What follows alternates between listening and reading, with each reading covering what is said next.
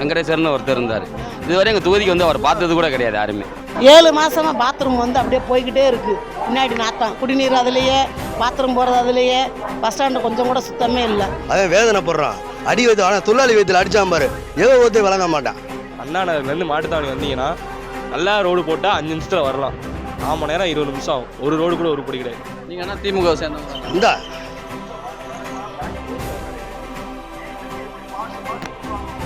இன்ன வரையும் மக்கள் என்ன சொல்கிறாங்க, மக்கள் முன்னேற்றத்தை கொண்டு வந்துருவோம் தான் சொல்கிறாங்க தவிர, அப்போ இன்னும் 50 வருஷம் கொண்டுகிட்டே வரல அவங்க. இப்போ திருப்பி கொண்டு வருவாங்கன்னு என்ன நம்பிக்கையோடு இருக்குன்னு தான் மக்களோட கேள்வி. என்னோட கேள்வி அதான் மெயின். யாரையும் கை பிடிச்சிட்டு கூட நிற்கல. நொண்டியாருனால தனியாக நிற்கிறான். நான் நிற்கிறேன்டா, எனக்கு ஒரு காலத்துனாலும் போதும், நான் தனியாக நிற்கிறேன்னா நிற்கிறான். அந்த தைரியம் இவ்வளோ ஒரு 40 வருஷமாக கட்சி ஆரம்பித்து 40 வருஷமாக இருக்க மூத்த கட்சிகளுக்கே அந்த தைரியம் இல்லையே. தனியாக நிற்பாங்களா? ஏன்னா கருணாக்கு பார்த்தா அவங்களுக்கு தெரியும், அந்த அக்கானோட கண்டிப்பாக சிரிப்பாங்க. ஏன்னா கேப்டனுக்கு அடுத்து சீமானை ஆதரிக்கலாம் எனக்கு. ஆமாம், சீமானு ஓரளவுக்கு பரவாயில்ல.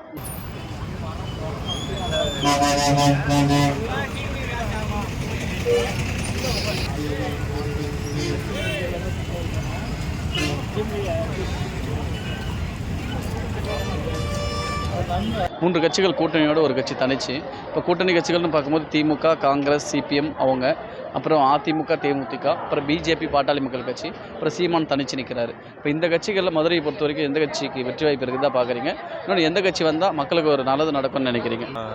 நியாயமாக பார்த்தா ஜெயிக்கணும், நல்லது பண்ணணும்னு நினைக்கிற கட்சி அப்படின்னு பார்த்தா என்டிகே தான், நாம் தமிழர் கட்சி தான். என்டிகே நாம் தமிழர் கட்சி தான். அது வரணும் அப்படின்னா இதுக்கு மேலே அவர் எவ்வளோ போராடணும்னு தெரியல.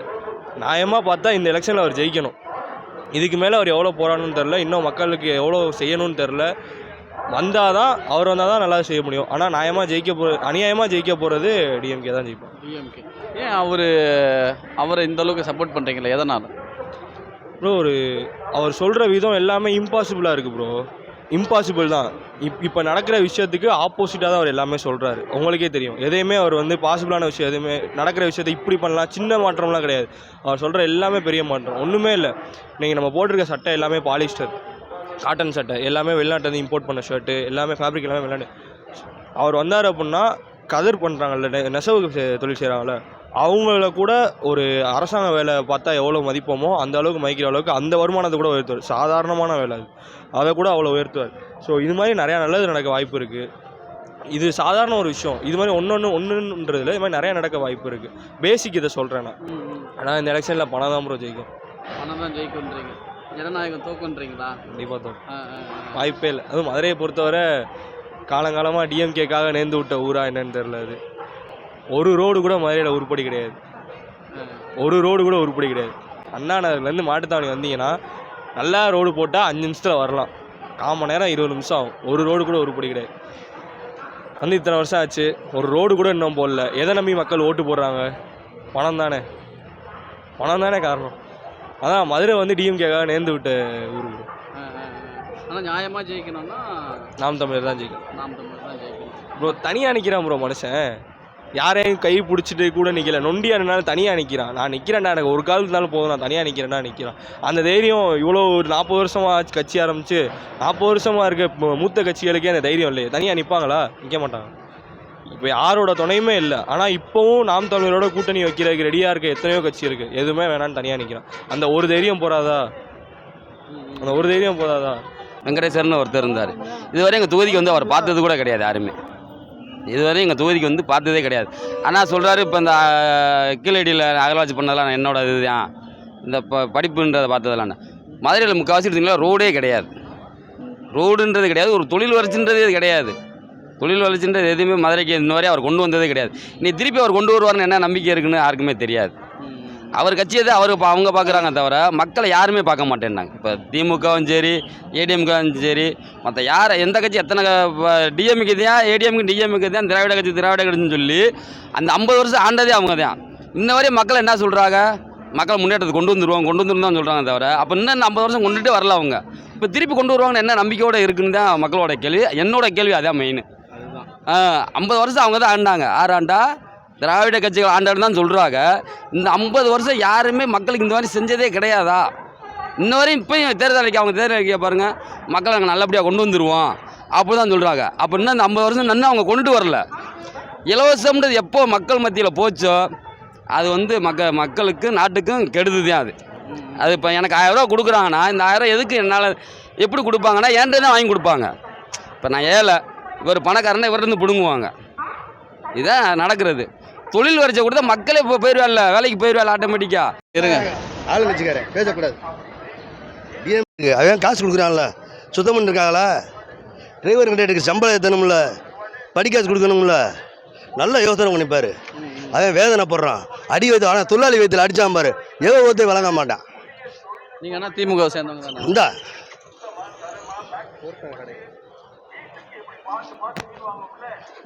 எதுக்கு இது போட்டு விடவா? சரிங்க ஐயா. ஆனால் ஒன்று எனக்கு 6 மாதம் தான் இருக்குது, அதை பற்றி பயம் இல்லை. போடா மயிரேன்னு துரத்து விட்டு போயிடுவேன், அதை பற்றி ஒன்றும் இல்லை.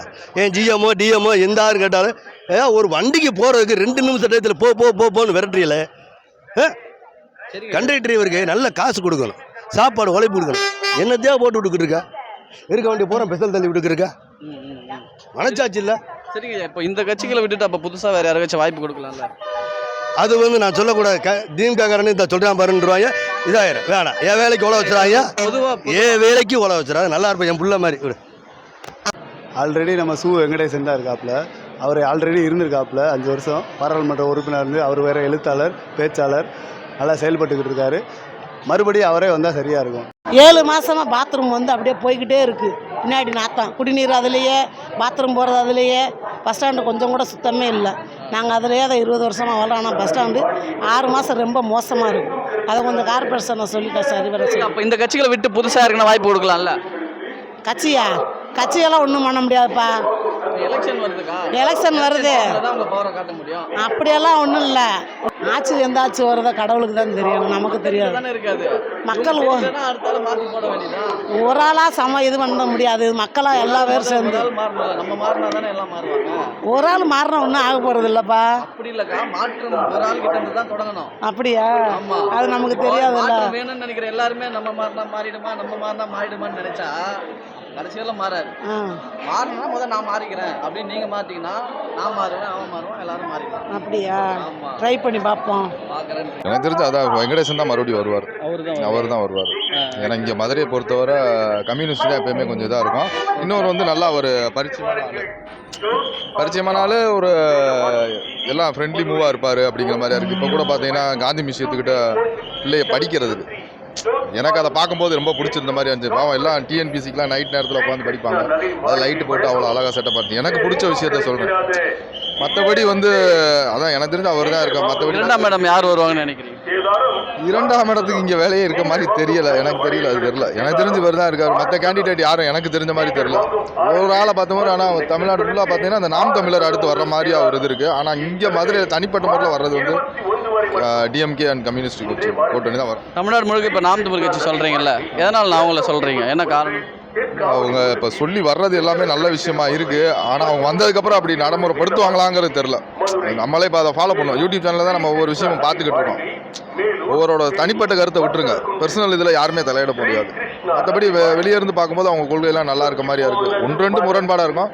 இந்த ஓவராலாக பார்க்கும்போது சரி, அது நல்ல விஷயமா தான் இருக்குது. என்ன கொள்கைகள் நல்லா இருக்குது? எதனா ஃபஸ்ட்டு தமிழன் ஆளனுங்கிறதே நல்ல விஷயமா தான் இருக்குது. அது ரொம்ப பிடிச்சிருக்கு, அந்த விஷயம் பிடிச்சிருக்கு. ஏன்னா அவர் ஒரு பொருளாதார ஒரு அடிப்படையில் எங்கேயாவது பேசுவாப்புல அப்பாப்புல, ஆனால் உருத்தானா வருவாப்புல. மற்ற எல்லாருமே கட்சியில் அவங்க அப்பா வளர்த்தாங்க, அதுக்கப்புறம் அவங்க அம்மா வளர்த்தாங்க. ஏடிஎம்கே பொறுத்தளவு இன்றைக்கி அந்த அம்மா இறந்ததுக்கப்புறம் அந்த அம்மாவுக்கு வாரிசு இல்லை. ரெண்டாவது இன்னொரு விஷயம் என்னன்னு கேட்டிங்கன்னா, தாய் தகப்பன் பிள்ளை அப்படி வளர்த்தோலந்தே கட்சியை கொண்டாந்துருக்காங்க. அவர் எப்பயுமே யாருமே என்ன வளர்க்கலை, தனியாக நிற்கிறாப்புல. கன்ஃபார்ம் நம்ம ஓட்டு அவருக்கு தான். என் வீட்டுக்காரம்மா, எங்கள் அம்மா எல்லாருமே அவங்கள்ட்ட போடுவாங்க. சும்மா சொல்கிறதா, நாங்கள் விவசாயம் மையந்தேன், பார்த்தாலே தெரியும். எங்களை பார்த்தா திருச்செந்தூர் ஒரு வேண்டுதல். அதுக்காக நம்ம வெற்றி வாய்ப்பு இருக்கிறதா பார்க்குறீங்களா? ஒரு சீமானுக்கு கண்டிப்பாக வரும்ண்ணே. அண்ணே, அந்த அக்கா அந்த வட்டம் நம்ம மதுரை தொகுதியில் கண்டிப்பாக ஜெயிப்பாங்க. ஆசிரியர் அக்கா அந்த வட்டம் கண்டிப்பாக ஜெயிப்பாங்க. நான் சொல்லிட்டு போகிறேன். ஏன்னா கருணாக்கு பார்த்தா அவங்களுக்கு தெரியும், அந்த அக்கா அந்த வட்டம் கண்டிப்பாக ஜெயிப்பாங்க. ஏன்னா இளைஞர் ஓட்டு பூராமே அக்காவுக்கு மட்டும்தான் போடுவாங்க. மற்ற யாரும் அவங்கெல்லாம் போட்டு புளிச்சிருச்சு. 40 நான் இப்போ எனக்கே 32 வயசு. இன்றைக்கி வரைக்கும் ஏடிஎம்கே போட்டிருக்கேன், டிஎம்கேக்கு போட்டிருக்கேன். ஓட்டு வரிசையாக போட்டுக்கிட்டே இருந்திருக்கேன். யார் எதுவும் பண்ணலாம் வைக்கல. இந்த அக்கா உங்களோட சீமான் ஜெயிச்சு பார்ப்போம் நன்முறை என்னன்னு. விஜயகாந்த் தான் நாங்கள் நினச்சேன், ஆனால் விஜயகாந்த் இப்போ இல்லை. அவர் ஆதரவு வேற பக்கம் மாதிரி போயிடுச்சு.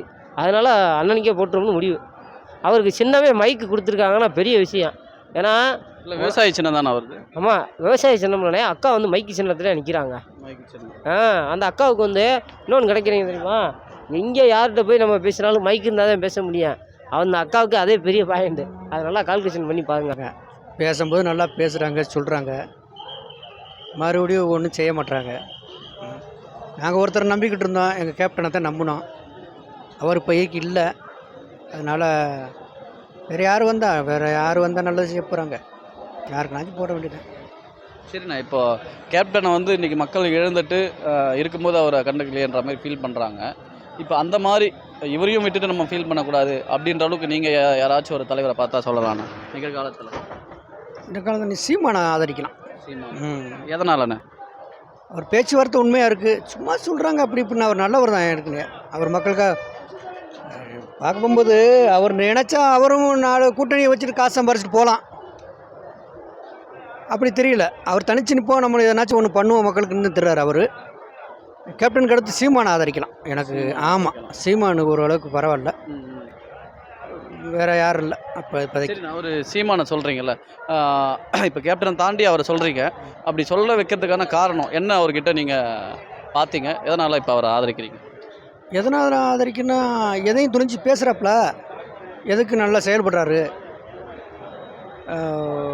அவர் நல்லது பண்ணுவார், அதனால் ஒரு நம்பிக்கை இருக்குது. இப்போ